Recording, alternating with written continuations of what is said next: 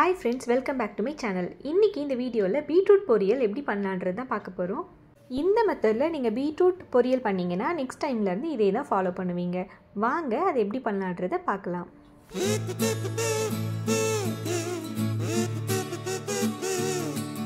இன்னைக்கு பொரியல் பண்றதுக்காக நான் ரெண்டு பெரிய சைஸ் பீட்ரூட்டை குட்டி குட்டியா டைஸ் பண்ணி எடுத்துர்க்கேன். அடுத்து ஒரு கடாயில 4 டேபிள்ஸ்பூன் எண்ணெய் எடுத்துக்கலாம். இன்னைக்கு நான் கடலை எண்ணெய் யூஸ் பண்றேன். எண்ணெய் சூடானதும் அதில் ஒரு 1/4 டீஸ்பூன் கடுகு போட்டு கடுகு பொரிஞ்சதுக்கு பிறகு 1/4 டீஸ்பூன் சீரகம் ஆட் பண்ணிக்கலாம். அடுத்து தேவையான அளவு கறிவேப்பிலை ஆட் பண்ணிக்கலாம். கறிவேப்பிலை நல்லா பொரிஞ்சதுக்கு பிறகு நம்ம கட் பண்ணி வச்சிருக்க பீட்ரூட்டை அதில் ஆட் பண்ணிக்கலாம். இதே மெத்தடில் நீங்கள் பீட்ரூட்டை துருவி கூட செய்யலாம், ரொம்பவே நல்லாயிருக்கும். ஒரு 2 மினிட்ஸ் அந்த பீட்ரூட் நல்லா வதங்கட்டும். அதுக்கு பிறகு நம்மளுக்கு தேவையான அளவு உப்பு ஆட் பண்ணிக்கலாம்.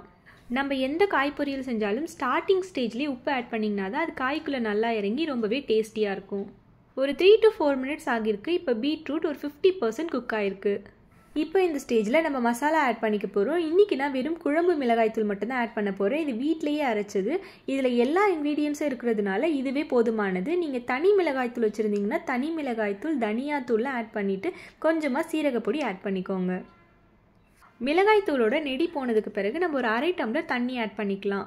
எந்த வெஜிடபிள் பொரியல் செஞ்சாலும் நம்ம உடல் ஆரோக்கியமாக இருக்கணும்னு தான் செய்வோம். ஸோ அதில் முடிஞ்ச அளவுக்கு மசாலா எண்ணெயெல்லாம் கம்மி பண்ணிவிட்டு அதே நேரம் டேஸ்ட்டையும் காம்ப்ரமைஸ் பண்ணாமல் செஞ்சு சாப்பிடலாம். இந்த தண்ணி எல்லாம் அப்சர்வ் ஆகும்போது நம்மளுக்கு பொரியல் ரெடி ஆகிடும். பாருங்கள், இப்போ தண்ணி எல்லாமே அப்சர்வ் ஆகிடுச்சு. ரொம்பவே சூப்பரான டேஸ்டியான பீட்ரூட் பொரியல் ரெடி ஆகிடுச்சு. நீங்களும் இந்த சிம்பிள் அண்ட் குயிக்கான பீட்ரூட் பொரியலை வீட்டில் செஞ்சு பார்த்துட்டு எப்படி இருக்குன்றதை கமெண்ட்டில் சொல்லுங்கள். நான் உங்கள் கமெண்ட்ஸ்க்காக வெயிட் பண்ணிட்டு இருக்கேன். அடுத்து வேறு என்ன ரெசிபி செய்யலான்றதையும் கமெண்ட்டில் போஸ்ட் பண்ணுங்கள்.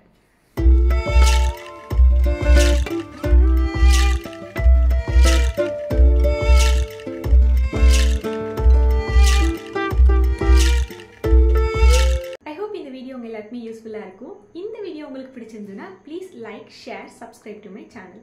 நான் உங்களை அடுத்த வீடியோவில் மீட் பண்ணுறேன். அது வரைக்கும் சைனிங் ஆஃப்.